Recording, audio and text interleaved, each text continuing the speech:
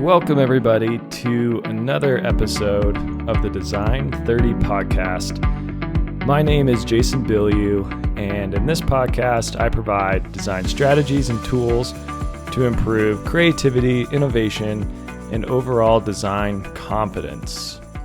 Real quick, before jumping into this episode, I want to shout out Viper Outdoor Tools, our sponsor, as always. So go check out viperoutdoortools.com and see what new products they have to offer.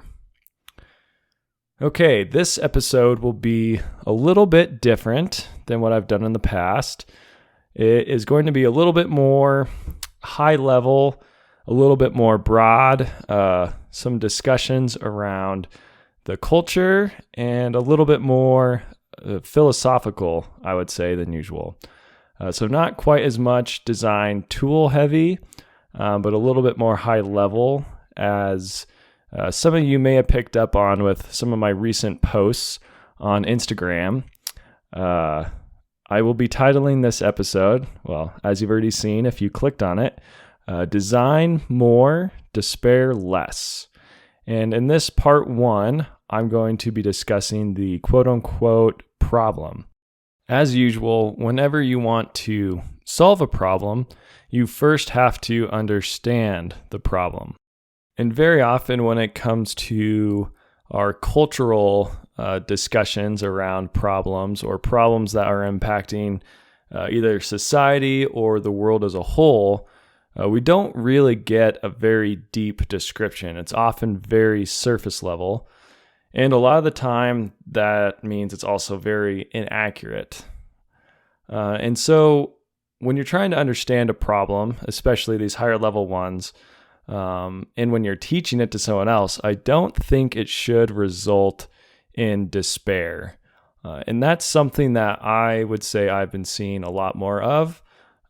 Really, I mean, kind of throughout my whole high school, college, and now professional career. It's something that I think the media and the news and the way everything depends on clicks nowadays, it definitely leans towards that. It favors having a little bit more intense or scary headlines and articles just to get those clicks. But I think if you're in your attempt to understand a problem or to help someone else understand a problem, if you're causing them to despair, I think you're doing something wrong, or at least something that's unuseful, or maybe you could describe it as counterproductive. And I would define despair in this context as the complete loss or absence of hope. So here are a few of the things that despair does not lead to is creativity. It's really hard to be creative and come up with crazy, potentially outlandish ideas when you're in a state of despair. It's also difficult to be innovative, especially if you don't have that first step of creativity and a willingness to take risk, then you're not going to be innovative. It also tends to not lead towards compassion or empathy for others because you tend to focus more in on yourself when you're in a state of despair. You lose motivation. You tend to have a lack of discipline because what's the meaning? What's the point of it all? That's not a very good mindset for being motivated and disciplined. Obviously, if you're in a state of despair, you're not going to be very positive. And your desire overall to solve the problem or to solve problems in general is going to be a lot less because there's no hope. There's no point in even trying because you're already doomed. So initially on when the despair is beginning to set in, I think it tends to somewhat initiate kind of your survival instincts. This, I would say, it increases things like your baseline stress levels, which over time tends to demotivate you because it screws with all of your hormone levels, especially dopamine and serotonin, things like that, which are very much connected to your your affect and your daily levels of just general happiness or mood, motivation, things like that. And so it decreases depression, which I think is evidenced by a lot of what we're seeing in society today. And like I mentioned, the problems are made out to be so big that it really does lower your motivation to solve them because it's too big. It's too difficult to solve. Perhaps even it's presented as impossible to solve. And so it really develops this, why do we even try? We're all doomed sort of attitude. And so this also tends to lead towards people who are a little bit more focused potentially on their self, because there's no point in focusing on society as a whole because it's already doomed. And it can create a more hedonistic and pleasure-seeking culture. And as I mentioned before, I think there's some strong connections here to decreases in baseline serotonin levels as well as dopamine, and I'm sure many other hormones. I'm no expert in that sort of thing, but this is from a lot of books I've been reading and podcasts I've been listening to.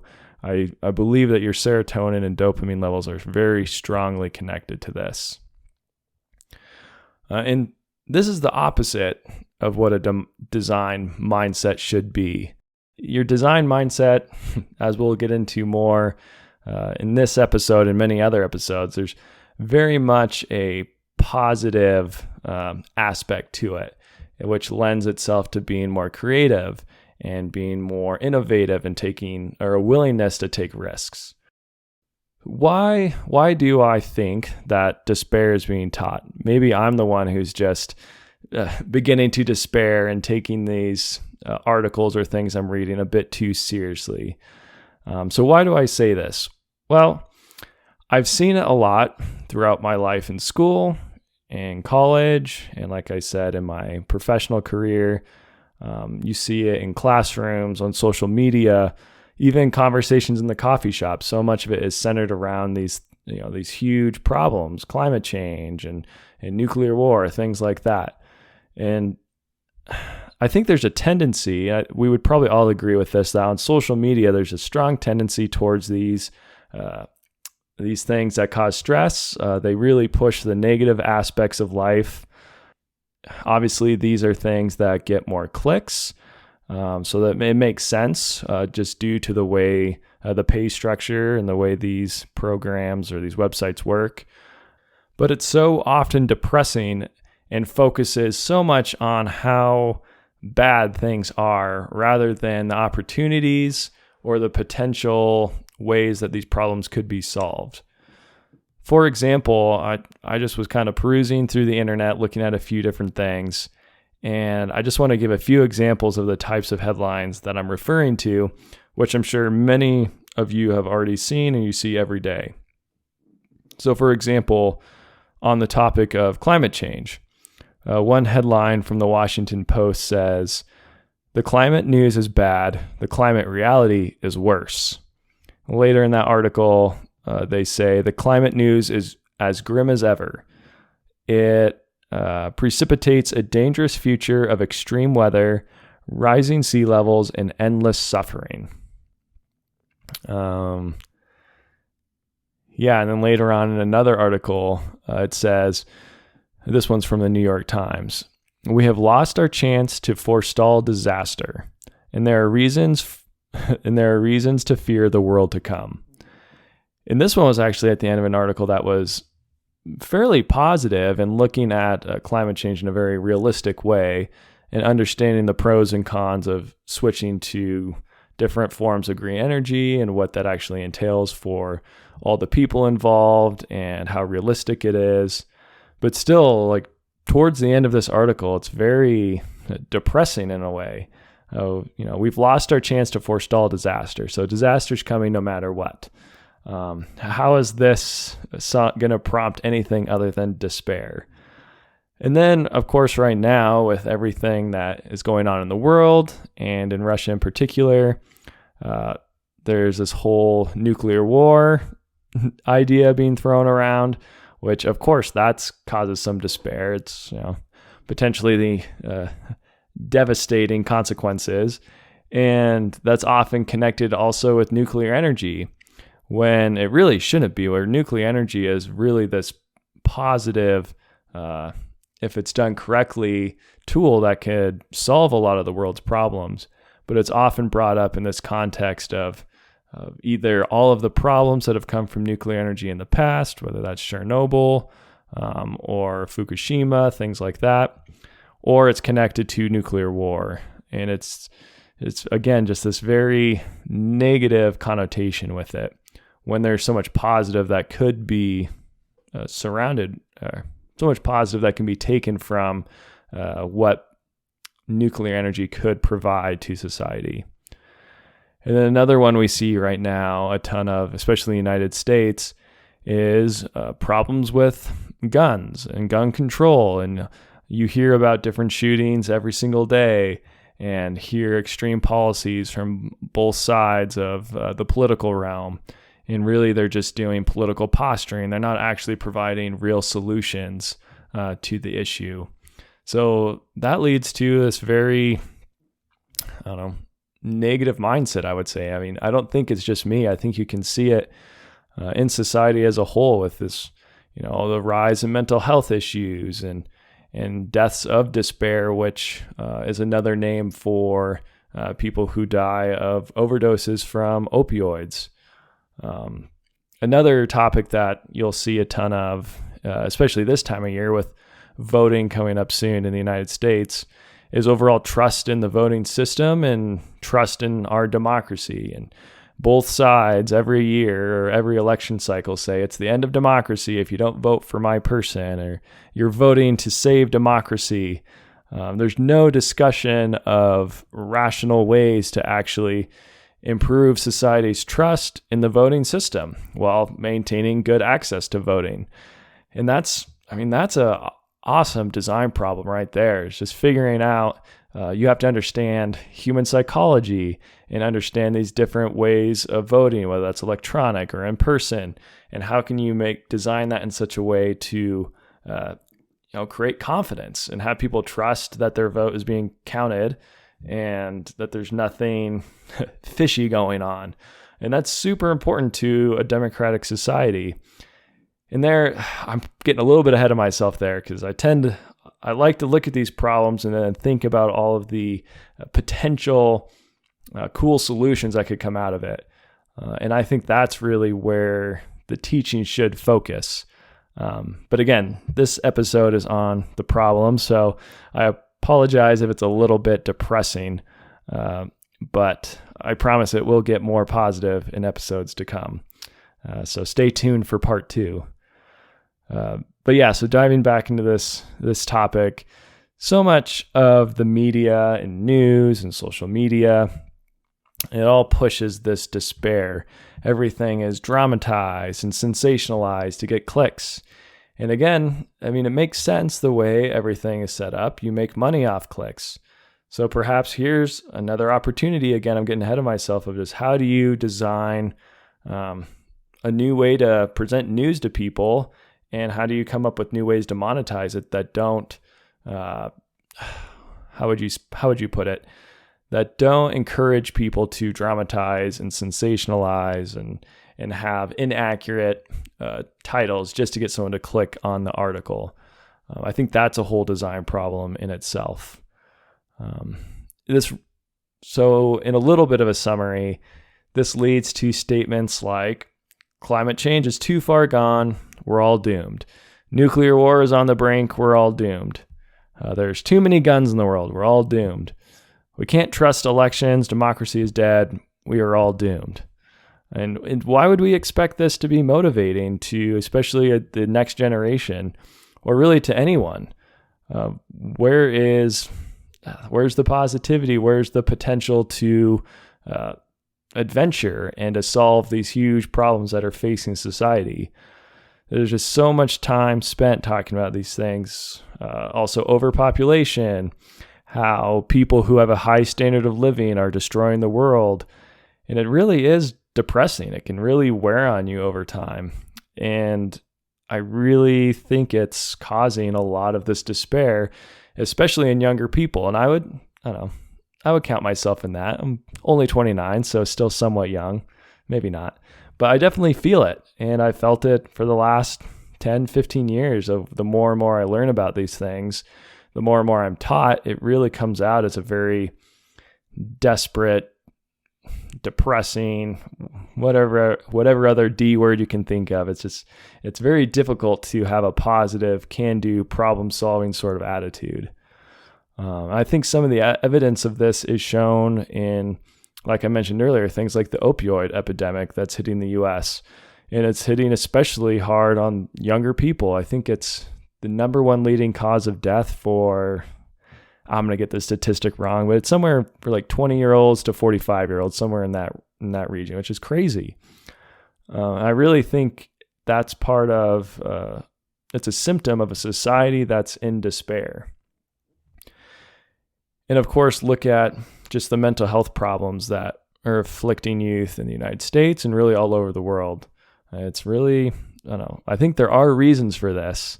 And a big part of it is what is being pushed, what's being taught, and the way in which it's being taught to the younger generation, my generation, lots of generations. In pushing this doom, it creates this despair that I'm talking about.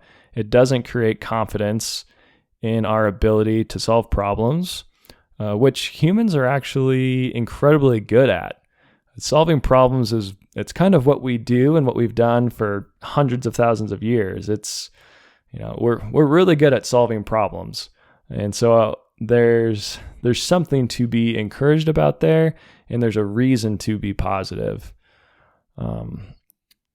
So we shouldn't look at it so much in this, or a lot of these problems we shouldn't look at as these fatalistic existential problems. Of course, some of them, nuclear war is potentially an existential problem. But if you're so focused on that, you're not going to be able to solve the real problems that you have the capability of solving, that you have the potential to solve. So there's this focus that I think needs to shift. If you're not looking so much at problems, but you're looking at potential. There's so much potential, so much opportunity for the next generation to improve the world in radical ways. And what are these opportunities? Well, as I mentioned, you're going to have to wait until the next episode for me to dive into those. This episode is much more focused on, as I said, the problem, and it's a lot more depressing than I hope most of my podcasts are. But I think it's important to think about. It's important to wrestle with a little bit. And I think it's somewhat obvious. We're all aware of this. We're all aware of all this negativity that's being pushed, and especially this negativity that's being pushed on our children, often through social media, but it's not all on social media. And at the end of the day, who's on social media? It's us. So you also have to look at yourself in the mirror and see how you're interacting with other people, what kind of energy that you're putting out into the world, what kind of energy are you giving to your children? Is it positive? Is it helping them to see the different ways at which they can improve the world, how they can contribute to society in a positive way? Or is it more of this doom and gloom? We're all kind of screwed. So just do what makes you feel good, what's pleasurable, and just get while the getting's good sort of idea. So yeah, that's basically all I have for this week. I hope it wasn't too depressing, but please stay tuned for next week. I promise it'll be a more uplifting and encouraging episode. So yeah, that's where I'm going to leave it for now. As always, stay tuned into the Design 30 Instagram, which is at Learn Design 30, the YouTube channel, Learn Design 30. I'm hoping to get another couple publications out on the Design 30 Substack here very soon.